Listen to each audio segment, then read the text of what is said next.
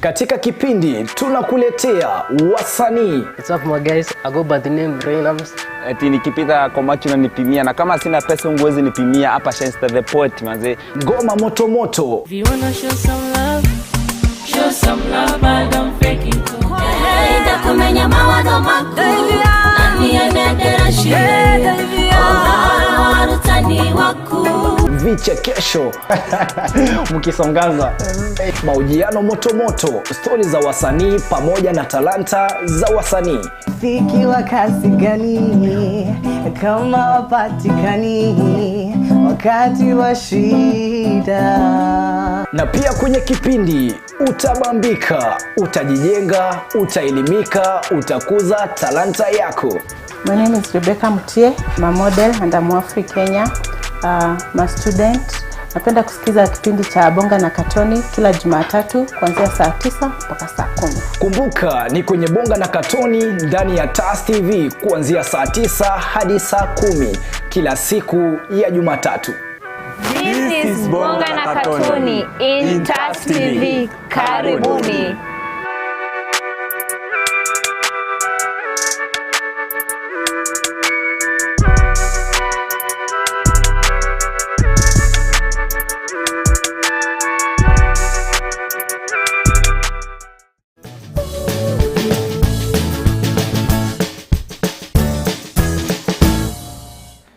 Okay, good morning and welcome to the Counting Red Ribbons.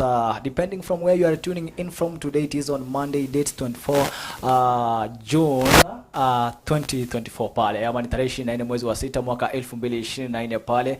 Na leo katika Counting the Red Ribbons tuko naye ambassador hapa ndani ya TAS TV, na nitakuwa nikimpea nafasi. Is a street family ambassador, kwa hivyo nitakuwa nikimpea hii nafasi akaweze kutuambia yeye ni nani na ametokea pande gani mwa Kenya, na hii kazi ambayo amekuwa akifanya kwa muda mrefu sana tutakuwa tukijua ni lini aliweza kuianza. Kwa hivyo pia kama uko na swali ambalo ungependa kuuliza, ningependa ukaweze kutuma maoni ya kwako pale, ama ukaweze kutuma swali la kwako pale chini na wewe utakuwa ukijibiwa. Kumbuka leo tunaongelea kuhusu boy child in the society. Leo tunataka kuzungumza kuhusu masuala ya mtoto wa kiume pale kijijini. Ni yapi haya? Kwa hivyo ni mengi ambayo utakuwa ukiyafahamu. Kwa hivyo sitaki kuharibu muda, ningependa nikaweze kumpea hii nafasi akaweze kutuambia yeye ni nani na ametokea pande gani mwa Kenya. Karibu sana. Asante. I'm Njoroge. Yes. The street family ambassador in Vika. And street family ambassador meaning that I'm there to take care of the entire welfare of the street family in Vika. Reason street family as your street child being because they are families. They are not just children on the streets. Some of them are families, and when you have a child, a mother and a father, whether related or not, just depending on their ages, then that becomes a family. Yeah. Because there are some people in the streets who are as young as 1, 2, 3 years. Some are even pregnant. A pregnancy is on the street. And then there is a grandfather on the streets. Yeah. Definitely you just call that a family. So I'm the ambassador of all that. Yes. Therefore the street family ambassador. And besides that, I'm a founder of an organization called LIVECounting Oasis. Wow. An organization that works with the street and vulnerable children. We are based in a slum called Kendutu. And we were founded in 2006. 2006. Yes. Yeah. And yeah, we have been in existence for 18 years. Yeah. And that's when I was too young. Wow. Just coming from the streets, too young, and then I had a group of few other friends. We decided now this cannot be the order of the day. At least there needs to be somebody to try put a gap between a community and a society and generation and another generation. Yes. Reducing the number of people or children going to the streets. So we took the mantle. Yeah. And so far so good. We have been trying to advocate for them, take care of their welfare, enlighten other people about them, tell the communities where to come in, where not to come in. For instance, a wonderful ambassador will be telling you, don't feed the children on the streets. Because we have seen what feeding does. Yes. You would have expected me to say feed them, but I'm saying don't. So that is what an ambassador will be and has been. And we have a bigger group of, we have a bigger team composed of younger, older, and I think I might be among the oldest. Yeah. So we even have as young as 19 years who have benefited from our movement, and now they are now a member of the movement, trying to still continue breaking the gap. Yeah. Saying that children going to the streets should stop. But now, where do they go? So where do we come in to prevent them from going there? That's our main work and what we struggle to establish and intervene. Wow. Yeah. Nikurejeshe nyuma kidogo. Umesema ya kwamba it started 2006. Yes. Na umesema ya kwamba at the moment ulikuwa mdogo sana. So swali ni wewe mwenyewe ni mzaliwa wa hapo mahali ambapo hiki kikundi ulichaanzisha wewe mwenyewe? Yes, I was born in Kiandutu. And I grew up there. In fact, I went to a school, Mugumuini Primary. And it was interesting that in the going to school, there was too much of doing what they are currently doing. So we did it better. Yeah. We knew better how to do and how to take life on the streets. Yes. Because actually life was too tough then. Parents could not provide everything a child would be looking for. And remember, Mogomoine Primary School is in a Hindu setup. So they have a lot. They were having a lot when we had nothing. So you can just figure it out. And I don't need to say yes, I was there or not. Because in giving an example to the others, I mean it is wrong to be on the streets. But you can now just imagine a boy from the slums. Yeah. And he's going to an estate where there are Hindus, and definitely they have wonderful leftovers. Yes. Na nataka kidogo tu kwa yule mtazamaji ambaye anaendelea na kutufuatilia, manake najua ya kwamba ni wengi sana wale ambao wanaendelea na kufuatilia hii show ya leo. Kidogo tu kwa dakika tu moja, unaweza kutueleza Kiandutu how it looks like ukiangalia 2006 na saa hizi? Is there any difference from since you started this group na saa hizi wenye tunaongelea? Yes, a major difference because first of all, yes, why are we called Life Skills Oasis? If you just think about the name Life Skills, then Oasis. Oasis is the only place you can find water in a desert. So we thought we would become the only place you can find life skills in a desert of life skills. Yes. By then, it was a desert of life skills. This is where you would do anything you want. You would do anything you wish. You would call anyone anything. There was no respect for parents from the young ones. There was, even the bringing up was just awkward. Parents never cared about the children. Children never cared whether there is a parent or not. So with that kind of a behavior, yes, we saw a gap that for us to become formal, something needs to come up. Yes. Our parents need to behave like parents. We need to behave like children so that now we can have a generation that is kind of having some life skills. That's why we started the Life Skills Oasis. Not any other name. It was Life Skills Oasis. Because we thought there is a gap in life skills here. The way we are doing things, if we get this way, if we continue this way, even our children will come up and they will continue doing rubbish as we are doing. So we had to think of how do we change this. And it is an interesting thing to say that we started it as only 3 or 4 of us. But we were shocked to see that the work we are doing is becoming little and sometimes we find like we almost have nothing to do. Yeah. Why? We started with a football club. And we thought like when these young children come here in a football club and we sit together, we pray and we later sit them down, tell them how should you behave, how should you behave, what should you do, stop drugs, stop this. And we only had one team in 2006. That was Oasis. And it could play against other teams. Yes. But when other teams sat down for the halftime, they would discuss how to score. Yeah. How will we do so that we can score? And we went on influencing the coaches. Yeah. They now stopped telling children how do we score. They started now discussing how do you score in your life. Not scoring a goal against the opponent, but scoring a goal in your life. Yeah. And I went into another tournament like 3 years ago, and I found no sense in talking. Yeah. They are talking. So why do I come in?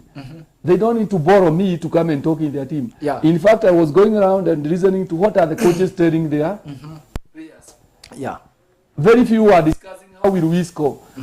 Most of them were discussing how do we stay out of drugs. We can stay out. And I have seen it go up to another estate, kind of, not really slum, but estate with some challenges called Kigajo. Yes. Just adjacent to us. And the teams there are so many, but they are discussing the seed we planted. They are discussing life skills in their halftime. Yeah. How will you, okay, so and so has a challenge, our behavior has not been good, why did you shout to the other one in the pitch? Those are the things we discuss. Where, when you were in the pitch, you shouted, you did this. So when we get into such discussions, we find like we are getting a generation with the skills, life skills. Yeah. How to relate with each other, how to relate with their parents when they go home, Yes. how to handle their own lives. So we feel so proud that we started something. In fact, I am not a footballer. Yeah. But I started a football club. Wow. I know nothing about Congratulations. Congratulations. the football. Yeah. But the aim was when we are in that, because they can assemble for football, that's the only avenue I can get now to talk to them. So I was just looking for how do they come so that I can talk to them. Wow. We have gone ahead and started a street family football club. This is now a club in Thika town for the street family now. Simply because we want to talk to them. So how do we? In fact, if you go into Thika town and say you want to talk to street children, you cannot get them. Yes. So you have to creatively think, how do they come together so that I can talk to them? Wow. And we have seen it working miracles. And yeah, so.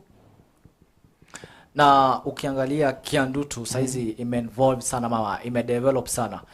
Saizi inaitwa diaspora. Can you talk about diaspora? Ni vipi iliingilia pia? Diaspora is because Kiandutu was that old name. Which carried a lot of saints and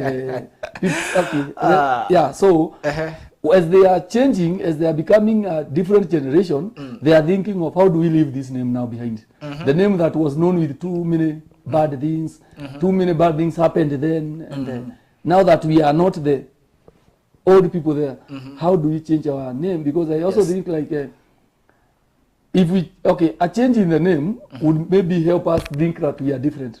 So we can now do our things differently. Yeah. Yeah. Wow.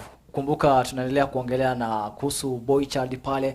Unaweza kutuma arafa ya kwako pale ukasema swali ambalo uko nalo na pia utakuwa ukijibiwa hapa, manake tuko hapa kwa ajili ya kukujenga wewe kama mtazamaji na wale wote ambao wanaendelea na kusikiliza TAS TV.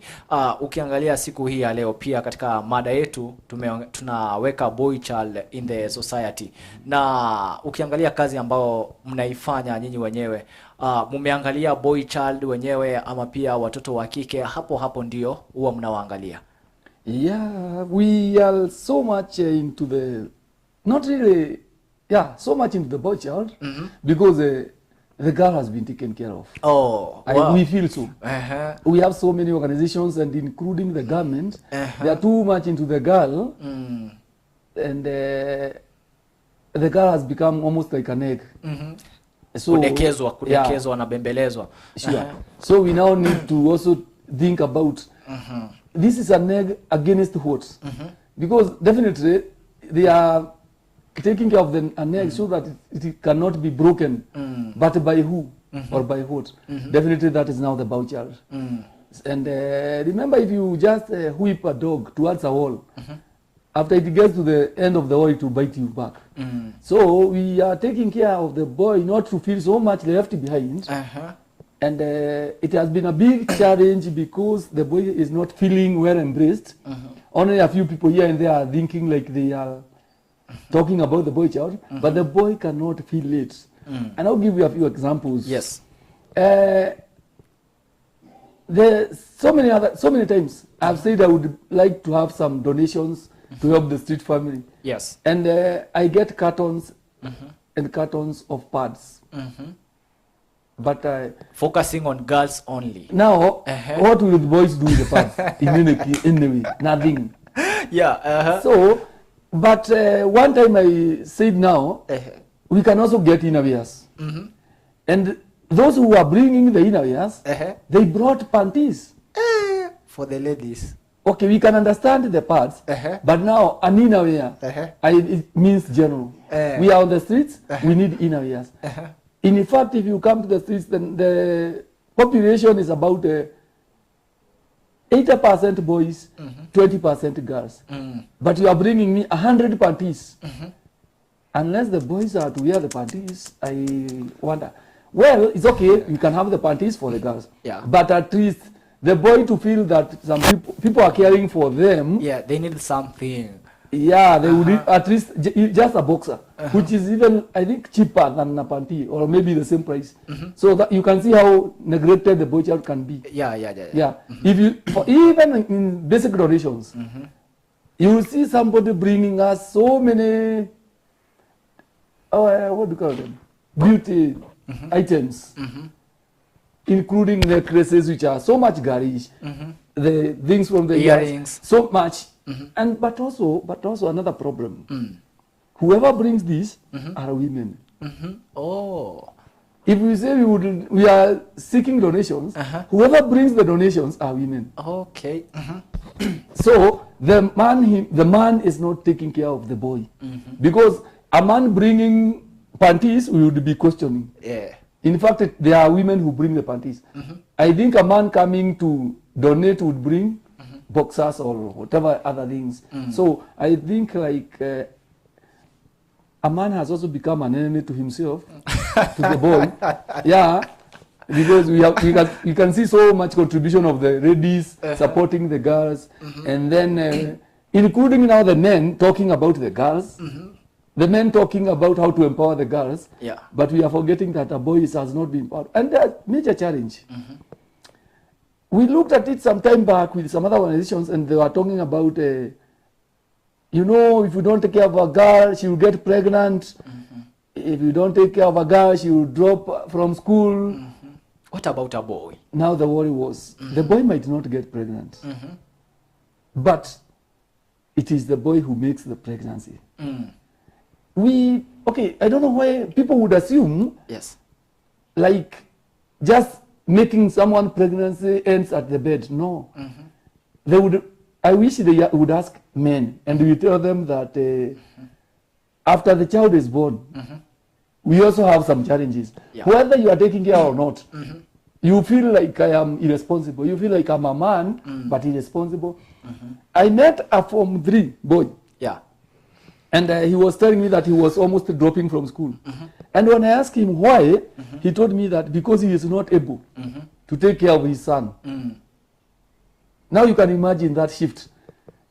Okay, the girl left school because she was pregnant. But here comes a boy telling me like he was almost leaving school because they were from the school holiday. And during the school holiday, he had time with the girlfriend and the child, and they were just interacting, although everyone was living in their home. But during that time, he could do some simple jobs and provide whatever little, I don't know what, but provide whatever little, even if a snack. But now he is opening schools, going to school, and he feels like he will not be able to be giving the child. Also, the next fear was, men who are not in school will take my wife. So, challenge, and a pregnancy does not only affect a girl, but those who are discussing pregnancies just think like preventing girls from becoming pregnant. But I wish they would shift and think preventing boys from fathering when they are young, because it tampers with their school life, including performance. So I think there's somewhere we should not be one-sided. We should look into things in a wider perspective. Kuna hii program ambayo Dorcas Kashagwa huwa anaifanya sana kusaidia mtoto wa kiume. Sijui kama mshawahi sikia, sijui kama ishawahi wafikia, ama unaonaje inaendanga namna gani? Okay, I don't want to say there are several variations of men, but just being honest, the man or the boy on the streets have not seen Dorcas, have not even experienced her or her input. So probably there are other avenues where he is helping, but we cannot say really we have seen it. In fact, I don't know, very few people who are thinking about the boy. Yeah. And even when they think about the boy, they will not now think of him like the boy. They will now brand him like the border. Oh, okay. Because they have the interest there. Otherwise, a genuine person thinking about a boy, I cannot see, especially because sometimes the boy might not have the vote. Yeah. Okay, now ukiangalia, how do you want now the society to respond to a boy child? Because here there is a big challenge where you find the society supporting the girl child, but they are not supporting the boy child. How do you want now the society to support, actually, to chip in? If they would start from an understanding that it is the boy, a boy is a part and parcel of the bigger goal they would like to achieve. I think they would take them together, the boy and the girl moving together, so that there's a win-win between the boy and the girl, not creating a wedge or a rivalry where the boy feels like so much, losing too much for the girl to gain. Yes. I will give you an example. Imagine you are a father. And you are fighting for your girl or your daughter not to become pregnant so that she can finish school, get a good job. But now the worry is to marry who? My son who dropped out in class 3 because he did not have an underwear. So those are now the challenges that the society needs to understand that for us to have a good generation, a generation is not girl. It is, these are children. Equally bring them up, serving them where need be, so that your daughter can be married by my son who are both graduates. So if we try to help both of them achieve that, that would be the wonderful society we would be looking for. But thinking like empowering a girl, then unless you empower the girl to get married to an older mzee like me, who was empowered long ago, there's a big challenge. So it's a society to think about them as children and not a boy or a girl.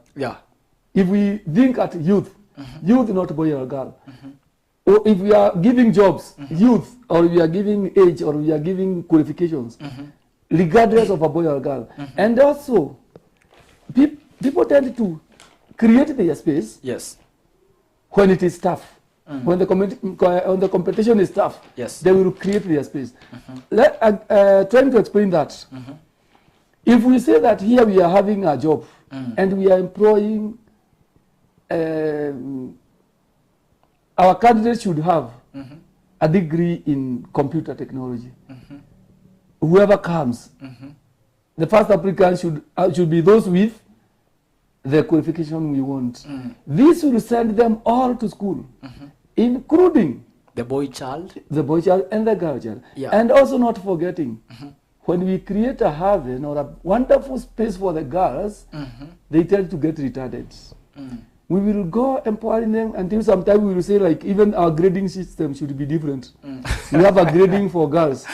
In fact, I think there are some time back when we were almost there, when they would say the universities girls are going with this grade, boys are going with this grade, which was to me very, very primitive. Because these are people who are going there to get knowledge so that they can use the knowledge in the world. So you find like, for instance, if you say a girl can do medicine with a D+, a boy an A, if you go to a hospital, do you want to be treated by a boy or a girl? But we are empowering a girl because we want to say 1,000 girls are in university, 1,000 boys are in university. So we need to have a clear measure, and we don't care. In fact, sex is just, we should think of sex with only the genitals, nothing else. The mind is a mind. You are born like a boy. Go, show us your intelligence. We don't care you are dressing or what. We want the intelligence. Na sijui kama ushaikumbana na hii kesi, ndio unasaidia the boy child. Na kwa batile mbaya, boy child labda akajihusisha na msichana, akapeana mimba, but katika hiyo mimba ambayo ilipeanwa, you know, hakuna mtu aliforce mwingine. These people were in a communication ama wakafanya nini, all of them are agreed. Lakini when they go to the court there, kesi inalemea mwanaume ama msichana ndio kwa walikuwa na pesa wanachukua ile chance kunyanyasa yule mtoto wa kiume. Sijui kama ushawahi deal na kesi kama hizo ama ushawahi ziona vile vile venye unaendelea na kukuza watoto pale. Yes. I have seen it. In fact, it was somewhere in my notes. I was to put it exactly that way.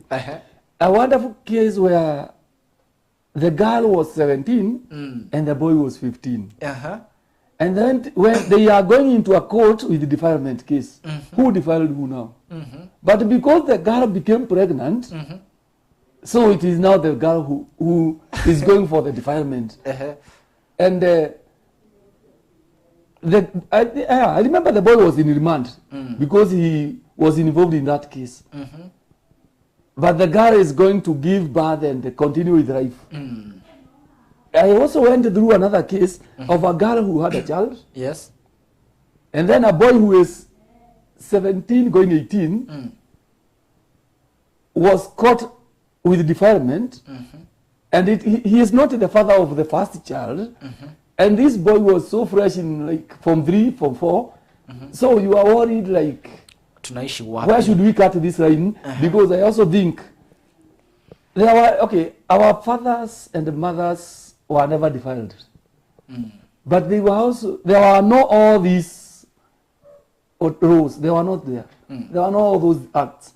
It was like, I'm talking to my girl, you are talking to your boy. When I find your boy, I also talk to him. The two can mingle, but they know where they cannot go past. Limits. Yeah, they know the limits. Yeah. And they know why the limits. Why the limits? Otherwise, I think because the girl feels so much protected, even when they are promiscuous, they think they'll be protected. I think they need a good whip where they are set free. And we see, if you want to lose your life, it's your life, lose it. We need to not necessarily victimize the boy to empower the girl. We should, it is your life, handle your life. You boy, it's your life, handle your life. But there are these consequences if you go wrong. Because if they are made to know the consequences. In fact, in very rare cases, you find an under 10 years getting pregnant. These are people who have just decided not to listen and making the boy become just the victim. Otherwise, or less, both of them have defiled each other. Wote wako na makosa. We take them, both of them. Wacha hiyo kesi ikuwe katikati, kila mtu akule akule 50-50. If it is 10 years, 10 years, square. When they meet after jail, they will marry. Wajue pale wataanzia. That would be more fair. All set them free, but warn them. Continue with your lives. Wow. Yeah. Asante sana. Naam, shukrani sana. It is a good conversation ambayo tunaendelea hapa ndani ya TAS TV. Kwa hivyo unaweza kutumia arafa ya kwako. Unaweza ukatuma message pale, utuambie maoni yako ni yapi kuhusiana na ile swala ambalo tunaendelea kuongea. Kumbuka tunaendelea kuongelea na boy child pale ama mtoto wa kiume pale kijijini. Na ni masuala mengi ambayo tumeweza kuzungumza. Tafadhali kama kuna kitu unataka kuadd, unaweza kutumia arafa ya kwako pale. Tunachukua mapumziko mafupi, tukirejea tutakuwa tukimalizia na pia tukaweza kusoma zile arafa ambazo wewe mwenyewe umezituma. Usiende mbali. Asante.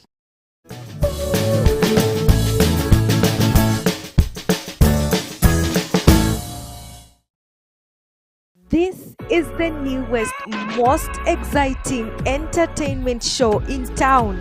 Talk about authentic and raw conversations, Fun and educative segments, trending topics, celebrity checks, books and authors, Q&A. Join me, Lavin Nyagoa and Hazel Njeru every Tuesdays and Saturdays from 3 to 4 p.m. only on The Unfiltered. What's your name? My name is Kevin Kakum. Kituri Francis. From which school? Kenya Institute of Mass Communication. Kenya Institute of Mass Communication. What did you learn while at TAS TV?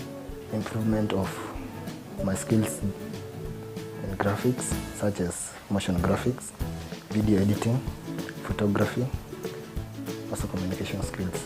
Camera operations, video editing, and improved my skills in graphic design.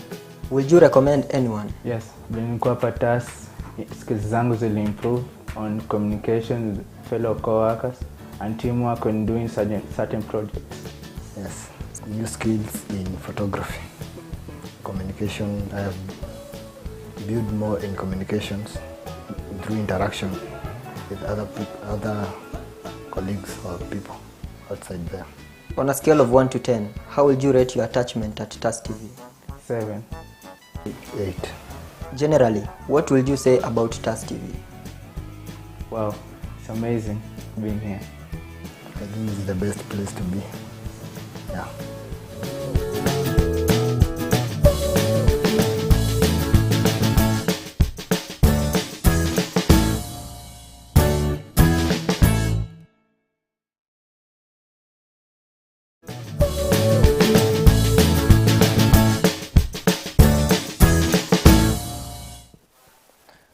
Naam, karibu tena mpenzi mtazamaji. Kama sasa ndio na tune in, hii ni TAS TV. Mimi nafahamika kama Anton Ombiogechi na kuletea kipindi moja kwa moja kutoka hapa TAS TV. Kipindi kinafahamika kama Counting the Red Ribbons, na leo niko naye ambassador of street families, anafahamika kama Njoroge. Tunaendelea na kuongelea masuala kuhusu mtoto wa kiume. Tafadhali unaweza ukatuma arafa ya kwako pale ukatuambia swali lako ni gani, ama kuna kitu ambacho ungependa kuchangia katika huu mjadala wa leo, unaweza ukanitumia hapa, manake tuko karibu kumalizia, lakini sitamaliza iwapo sijaweza kutuma arafa ya kwako pale. Tukiendelea kusoma baadhi ya arafa ambazo zimetumwa, kuna mmoja hapa anauliza, kuna kampuni ama mashirika ambao labda yameweza kufurahia kazi ambayo mnaifanya na wakaweza kuungana na nyinyi mkaweza kusaidia mtoto wa kiume? Oh, yes. There has been several times we have asked for donations to help us in doing what we do. And we have been partnering with several people, stakeholders and organizations, including the government agencies. Wow. For instance, the Children's Office, they know what we do, and they have been a big pillar in what we do, because definitely it is impossible to work with a child without letting them know what are you exactly doing, and how sustainable is it, what are expected outcome, yes, would they impact positively or negatively. They have to assess all that. It's only when they are certain that whatever you are doing will be of importance that they will now allow you to, okay, go ahead and do it. So also the government offices, like the chief's office, because wherever you are, there is a chief definitely. Yes. He has to know what you are doing, why are you doing it, how is it helpful, doing more damage or good. So there are offices that know what we do. And for instance, the chief's office, we get donations from there. So yeah, it works. There are some organizations and companies that give us donations. There's a 2023, our Christmas party, Street Family Christmas party, had a big donation from Equity Bank. I will not mention which. Wow. So they have seen what we do and they intervene. We've been having several companies giving us donations, including churches. Wow. So that we can be able to feed the children and their families.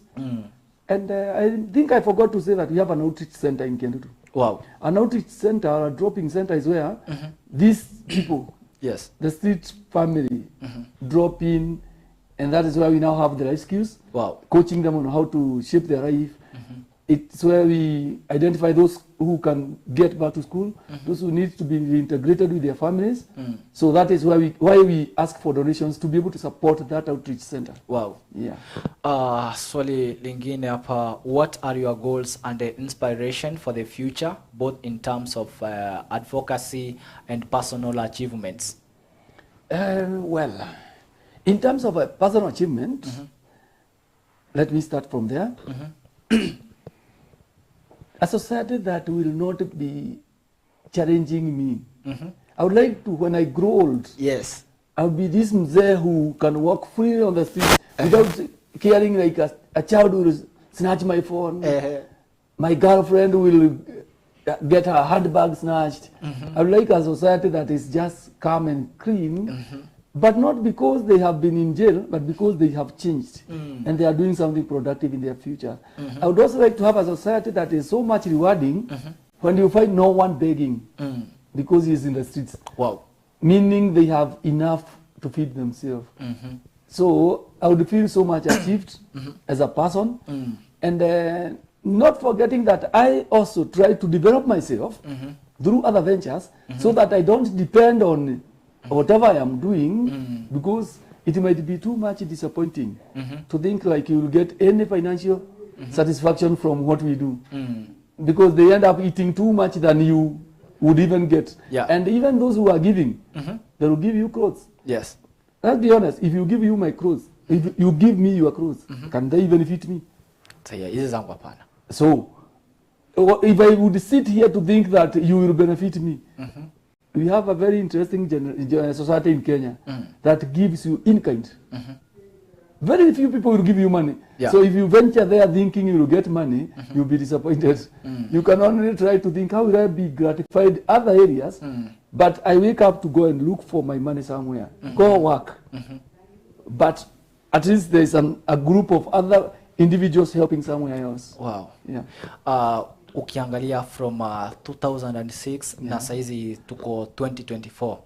Kuna improvement sana katika Kiandutu, katika kijiji cha Kiandutu tuseme hivyo. Give it now 5 years from now. Yes. Unaona inaweza kuwa wapi? Iwapo government ita chip in, iwapo wasamaria wema wataingilia ndani, unaona itakuwa wapi? And I would say there has been a very big population of young people who have achieved a lot from Oasis, and also who are in school, and these people who are, okay, we have equipped with knowledge. For instance, we have some people in university now, yes, who have gone up to university. Some from 4 leave us, but venturing in some courses here and there. So looking at, in the next 5 years, there will be several ambassadors venturing in different areas. Some in the street family venturing there, some others venturing even helping their grandmothers, doing other things. And the next thing is that they have learned, let me say, from the best. They very well know that though you are financially benefiting with nothing, you are getting some kind of gratification and sometimes even blessings. Because they saw me when I was not doing this. They see me when I'm doing this. They can trace where I can be benefiting from and see that sometimes it's just blessings. That you give somebody and they pray for you that you do this. So I think I have a breed of young people who will be coming up like several other ambassadors in different areas. And we are making a better society where people can think about others. Yeah. That's what I can see. Wow. Kuna mwingine huwa anauliza hapa, kwa mfano ndio unasaidia the boy child. Labda kuna age ambayo unaangalia unasema hapana, let me start assisting from 18 and above ama from 10 years. Unaanzangaje ama unaangalianga nini kwa huyo mtu sasa ndio uanze kumsaidia? Okay. The first qualification is you need help. Yeah. I will say for sure. I have visited Thika maternity for more than 20 times. So you can imagine which child was I helping. And before going to the maternity, I had fed the mother. So I started the moment the child was conceived, that this mother is pregnant. He needs this medicine to improve in this. He needs to go to visit the hospital to get this card. We start as low as that. Because as I said, it is a street family welfare. Street family welfare means when the mother gets pregnant, the mother is on the streets. His welfare concerns even the child who is in the uterus. And I remember going to the hospital to get a street grandfather who was, I think, 63 years. And when I was called, I didn't start arguing like he is not a street whatnot, because definitely he was in the streets. So we had to take him up to Mwingi and trace the family and make sure that he is with the family, explain to them, this and this happened, this is your son who was like 2 or some times older than me. So we have knowledge. Street family, we say the family starts from as low as nothing and as old as even the burial. Unajua wakati ambapo wengi wanasaidianga wengine pale, they need a reward. Yeah. Ama unajua ukifanya kitu kizuri alafu mtu akose kukuambia sisi ni binadamu, people give up. Sasa huu moyo ambaye uko nao wa kusaidia hawa vijana, kuna yeyote ambaye ashairudi na alitana akakwambia hey, ulinisaidia manake nilikuwa napotea, lakini sasa naona ninaendelea vizuri, kama si wewe singefika labda mahali ambapo nimefika, kitu kama hiyo? I've got several of those. Yes. In fact, more than 10, and some of them are even still the boys now working with me, and they make me so proud to see that I took a boy from the street. He went through the school, college, and now back, and now asking me where can I help in this. Okay, those are some. But before getting rewards, yes, I was motivated by a guy who helped me once when I was so stuck. When I was really young. And yeah, let me say it, on the streets or something like that, closer to that. Yeah. I don't want to disclose too much about that. But that person helped me when I was in my lowest and losing hope in life. And just something came up in my mind, and I told him a word. And I told him, like, you can count the number of seeds in an orange, but you cannot count the oranges in one of those seeds. I just felt like this man made me, was an orange, and in him there was the seed me, because he helped me to start my living. Yeah. And now me, who is the seed, you should never be able to count the oranges in me. He touched one person, me, but I should touch so many that he can never be able to count what Newton will ever touch. And this man is called, I am not sure whether you see it or not, but he was called, is the name coming? Is the name coming? He paid for my college from street college. Wow, my first college. So it was great. And since that day, I feel the task. I feel obligated to just help. And when I touch one, I say, that is another orange. Wow. I want to get another one. I want to get another one. Right now, I have helped over 200 boys and girls. Wow. And I am feeling I need to do more. Yeah. How has being a child ambassador influenced your perspective on the world and your own future? More is to the world, but in the world there is my future. Because with a good world, I live in a good world, so there is my future there. But just as I said earlier, okay, I always feel like I need to have a legacy. Yes. Where did I live? And this should not be my confession. There should be somebody saying that there lived a man, Newton. Wow. Who, if it were not him, I would not be where I am. Yeah. So I feel, and then the other thing is, it has been too easy. Yes. That I don't feel burdened. Too easy that I don't feel burdened. Yes. Because I only need to be there. I just work like an agent of change. In fact, I use almost nothing of my resources. Let me be honest. Wow. Almost nothing of my resources, except me, my presence, and the little knowledge I have.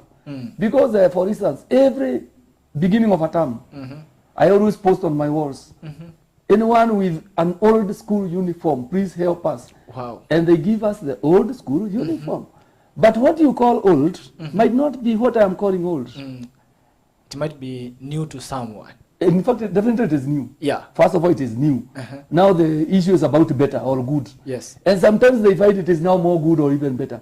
So for me to get clothes for these children to go to school or even to wear at home, most of them wear uniforms. Even at home they wear uniforms, which cannot be used as uniforms. Yes. But your child grew bigger. And she could not continue putting on that dress. You give me the dress. There is definitely a younger child who can wear that dress. Yeah. So mine is only to write on a wall. Kindly give us uniform. Most of the people don't tell me come for them. They ask me, where do I bring them? In Thika town. Yes. So what is my cost?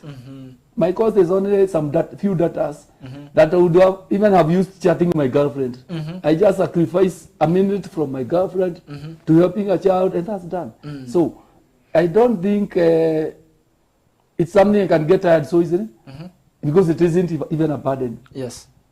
And with time I have built a bigger network, so I don't struggle. I don't need to write one text, post it in the several groups. Wow. Then people start dropping the items, and I'm sorted. Wow. Yeah. What advice will you give to other children who are interested in making a positive impact in their communities? I would give them just one advice, and the advice would just tell them to understand that when a society is good, or when the world is good, you are living in that world. So anything you can be able to do to make the world good comes back to you. Yes.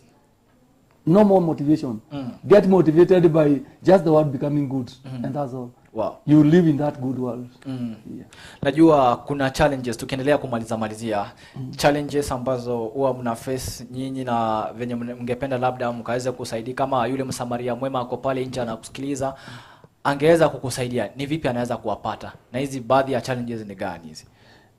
Some of these challenges, as I have quoted them, yes, people do chip in, but resources are never enough. Being honest, resources are never enough.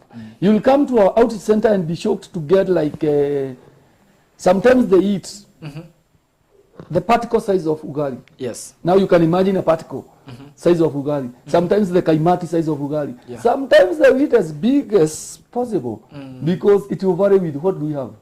You also remember that you cannot give what you don't have. And in giving what you have, yes, it has to come from somewhere. If I cheat here that I'll take the burden of feeding them every day, this huge, I'll be lying, because I'll do it for 2 days and I'll get tired. Yes. As I told you, I always chip in very small ways, so that I can do it for a longer time. Because I also have my life to live. Why should I cheat? So, if anyone would have an excess of anything, okay, don't give us what you don't have, but you have an excess of anything. What is old to you might be very, very new to us, including cooking flour. You might be having a bill, and you might wonder, well, maybe this one might go bad before I finish it. Bring this one to us before it goes bad. We will use it effectively. Yeah. Wow. So, and you can call us. We can pick it from wherever you are. You can drop it in the chief's office. He will bring it to us. Just mention Oasis. He will be able to give it to us. You can also think of bringing it to our center. The center is in Kendutu. You ask anyone about Life Skills Oasis Center, he will show you this is where it is. Yeah. Wonderful. Wow. Labda watu ambao ungependa kusalimia, wale ambao wamekusaidia sana, ama mtu yote ambao una feel like nafaa ku-mention pale, unaweza kutoa salamu zako tukimalizia. There are several people, starting from my mom, who has been very wonderful, and in fact volunteered cooking for these children for more than 10 years, without any pay. And there are some guys like Julius Maina, very supportive to us, Virginia Njoroge, Daina Kibera, John Karenge, yes, my son Martin, and Alex Maina, volunteer for so many years. Wonderful people have helped us a lot. No. Not forgetting my dad, who sometimes gives us some avocados from his farm. Wow. So, good. Wow. Na sisi kutoka hapa TAS TV tunashukuru sana kwa kuja kutuongelesha na pia kusaidia wale watu ambao wanatusikiliza pale nje. Kwa hivyo tunakutakia kila laheri katika hii safari yako ya kusaidia vijana, kusaidia watu wote kwa jumla. Kwa hivyo Mungu aendelee kuwabariki, na Mungu pia aendelee na kuonekania. Na wale wote ambao ungependa kumsaidia, tafadhali ni venye amesema pale, unaweza ukafanya nini, ukachip in ili tukaweze kusaidia watoto wetu pale katika jamii, ili tukaweze kujenga jamii ya kesho. Kufikia hapo mpenzi mtazamaji, natamatisha kipindi cha Counting the Red Ribbons. Tupatane tena siku nyingine. Ulikuwa nami Anton Ombuyoge pamoja na Newton Njoroge. Mungu akubariki na ukuwe na wiki maridadi. Kwaheri. Asante.